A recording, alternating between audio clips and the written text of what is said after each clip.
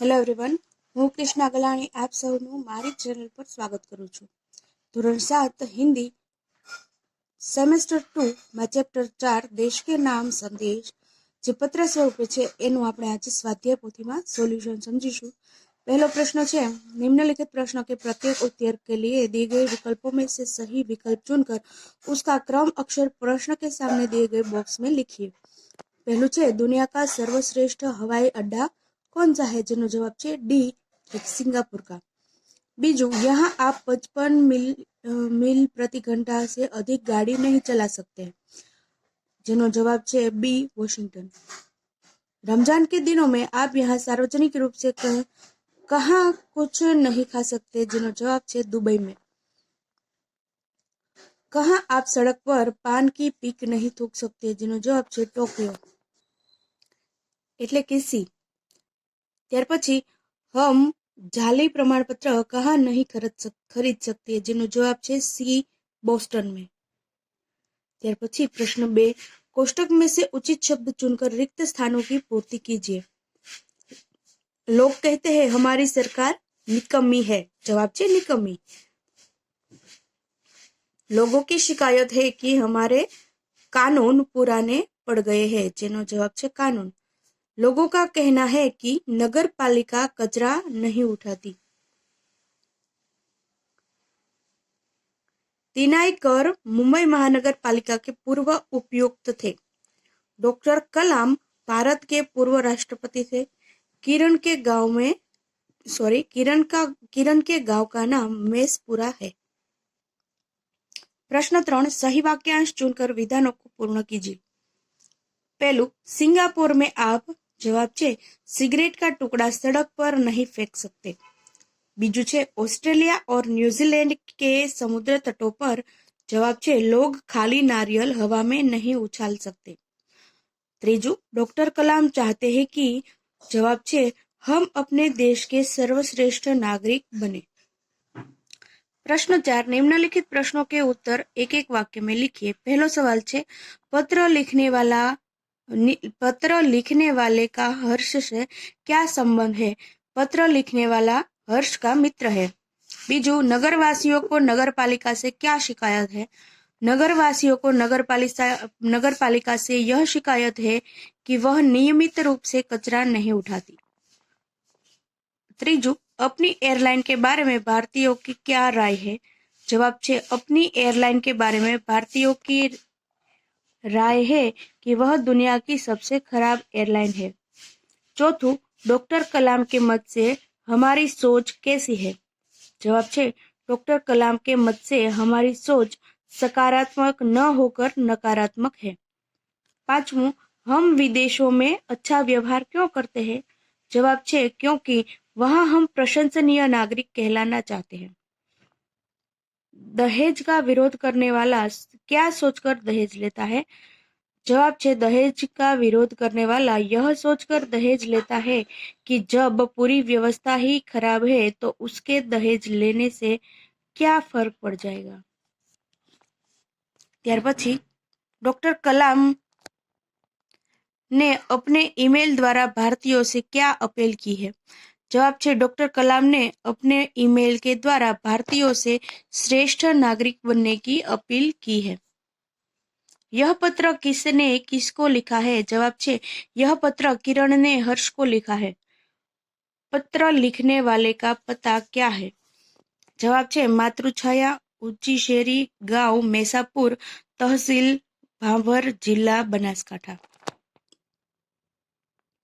प्रश्न 10 पत्र के अंत में किरण ने हर्ष के परिवारजनों को क्या कहा है? पत्र के अंत में किरण ने हर्ष के परिवारजनों को प्रणाम कहा है. हमारे देश की स्वच्छता की जिम्मेदारी किसकी है? हमारे देश की स्वच्छता की जिम्मेदारी प्रशासन अर्थात ग्राम पंचायतों नगर पालिका की है.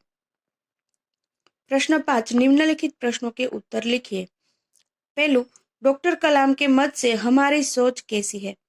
डॉक्टर कलाम के मत से हमारी सोच गैर जिम्मेदार लोगों जैसी है. हम खुद कुछ करना नहीं चाहते, सिर्फ अपने यहाँ की व्यवस्था को कोसना जानते हैं. हमें अपना नहीं, केवल सरकार का निकम्मापन दिखाई देता है। हमें अपने पुराने पड़ गए कानून से शिकायत है।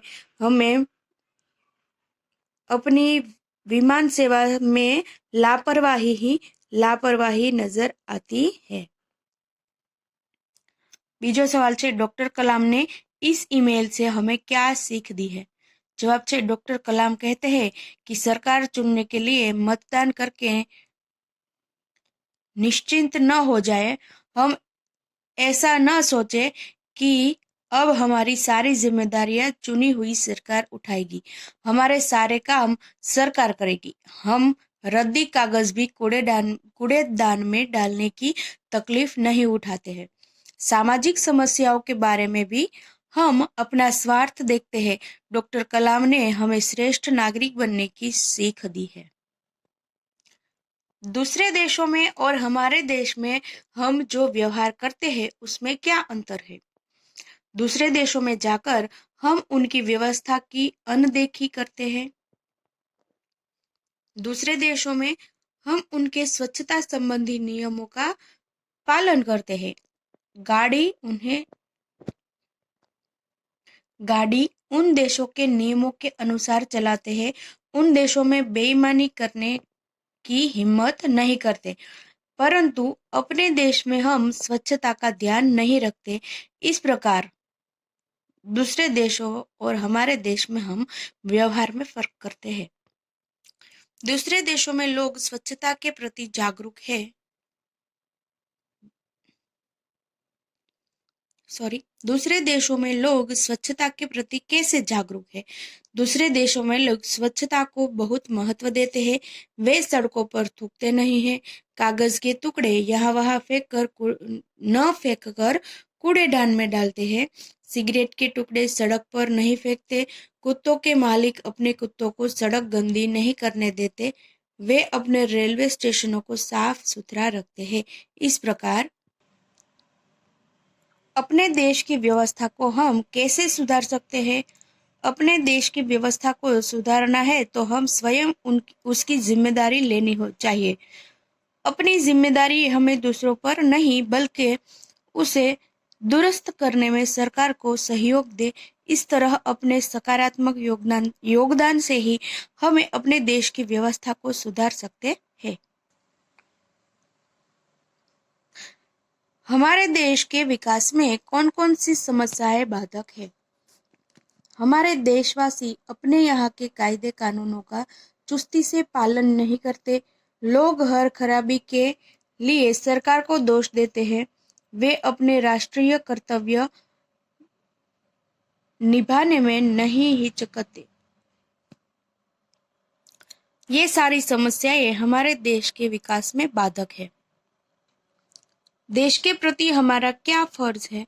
देश के प्रति हमारा फर्ज है कि हम अपने यहाँ की कायदे कानून का पालन करें। देश की व्यवस्था हम ऐसी बनाए जिस पर हमें गर्व हो। हम सरकार और स्थानीय प्रशासन को उनके कार्यों में सहयोग दें। हम ऐसा कोई भी कार्य न करें जिससे देश की प्रतिष्ठा पर आंच आए। ऐसे व्यवहार की चर्चा कीजिए जिसमें हम देश की अव्यवस्था खड़ी करते हैं एवं देश के विकास में बाधा डालते हैं। हमारे देश से कभी कभी सांप्रदायिक दंगे भड़क उठते हैं। इस तरह कभी कभी भाषावाद भी हिंसक बन जाता है। ऐसे मौकों पर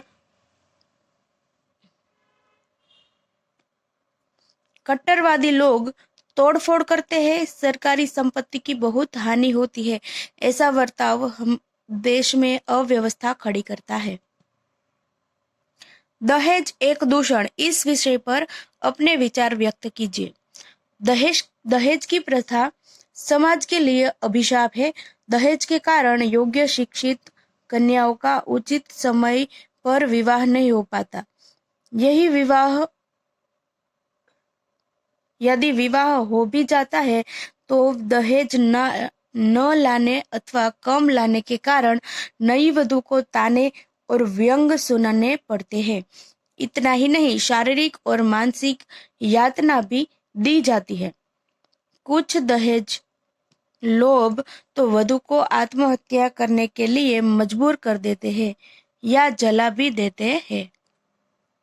प्रश्न 6, निम्नलिखित मुहावरों के अर्थ लिखकर वाक्यों में प्रयोग कीजिए। रश्क महसूस होना, જેનો अर्थ છે मन में जलन होना। वाक्य, पड़ोसी को हमारी नई गाड़ी देखकर रश्क महसूस हुआ। कदम रखना मतलब छे पहुंचना, चांद पर कदम रखना अब कोई बड़ी बात नहीं है। दोष मढ़ना मतलब आरोप लगाना, गलती आप करे और दोष मुझ पर मढ़े। नाज नखरे उठाना, खुशामद करना। मतदाता सोचते हैं कि अब उसके नाज नखरे नई सरकार उठाएगी। गला फाड़ना, जोर जोर से बोलना। एक नेताजी महंगाई के खिलाफ गला फाड़ रहे थे। प्रश्न 7, शब्दों को उचित क्रम में रखकर अर्थपूर्ण वाक्य बनाइए। पहलानो जवाब छे सफाई में खुदाई है। बीजानो जवाब छे मेरा भारत महान।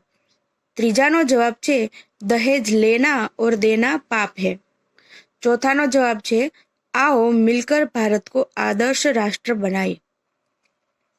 प्रश्न 8, जीवन में सफाई का महत्व समझाते हुए अपने मित्र को पत्र लिखिए।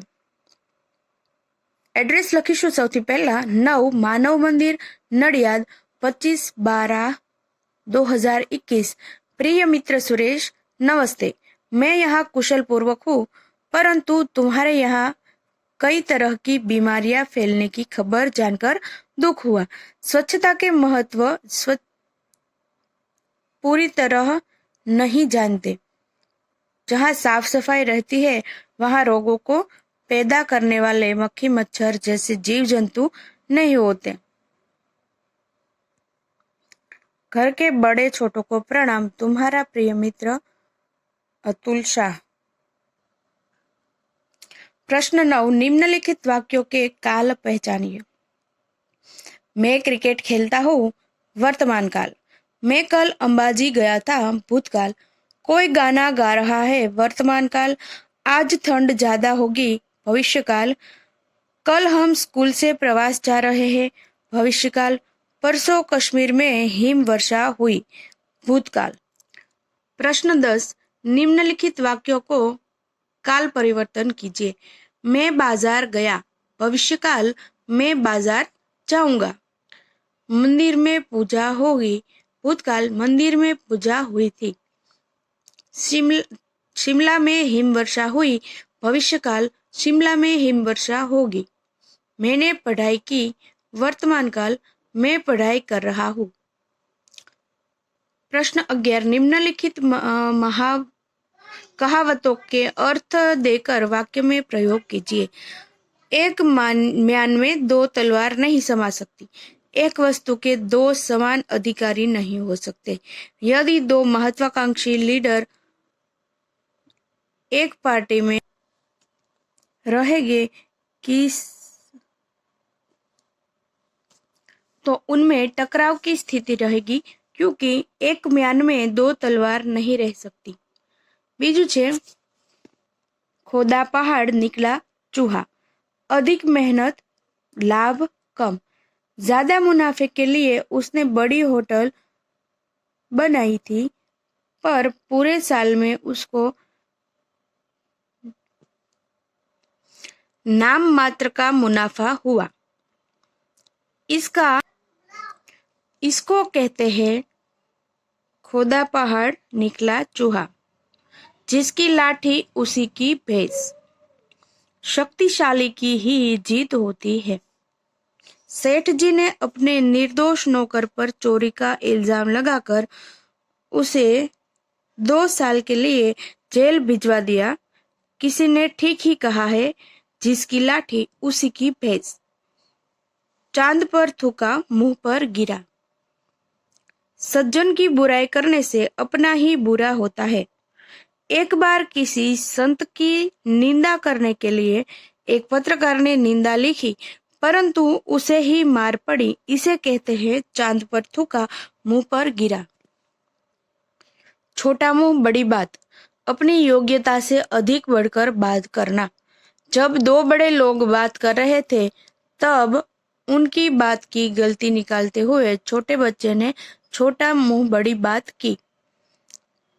दूर से ढोल सुहावने लगना। दूर से हर चीज अच्छी लगती है। जब किसी और के घर में खुशियां दिखती है तब दूर के ढोल सुहावने लगते हैं, जबकि अपने घर में भी उतनी ही खुशियां होते हुए भी दिखाई नहीं देती। दोनों हाथों में लड्डू। दोनों तरफ से लाभ लेना।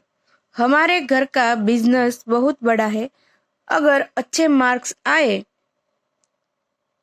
तो नौकरी, वरना घर का बिजनेस। मेरे तो दोनों हाथ में लड्डू है। सांप भी मरे और लाठी भी न टूटे। काम भी हो जाए और नाम भी न आए। मुझे 2 दिन के लिए छुट्टी चाहिए थी। उन्हीं 2 दिन स्कूल बंद रही। मेरे लिए तो सांप भी मर गया और लाठी भी ना टूटी। तो विद्यार्थी मित्रों, અહીં આપણો ધોરણ 7માં સેકન્ડ સેમેસ્ટરની અંદર પાઠ 4 દેશ કે નામ સંદેશનું સ્વાધ્યાય પોથીનું સોલ્યુશન સમાપ્ત થાય છે. આશા રાખું છું તમને દરેક વસ્તુ વ્યવસ્થિત રીતે સમજાઈ ગઈ હશે. જો ના સમજાણી હોય તો ફરીથી વિડીયો એક વખત જોઈ લેવા વિનંતી. તેમ છતાં જો કંઈ ના સમજાય તો કમેન્ટ બોક્સમાં મને પૂછો, હું એનો પૂરતો જવાબ આપવા પ્રયાસ કરીશ. જો મારો વિડીયો પસંદ આવે તો લાઈક કરો, શેર કરો, મારી ચેનલને સબસ્ક્રાઇબ કરો. Thank you.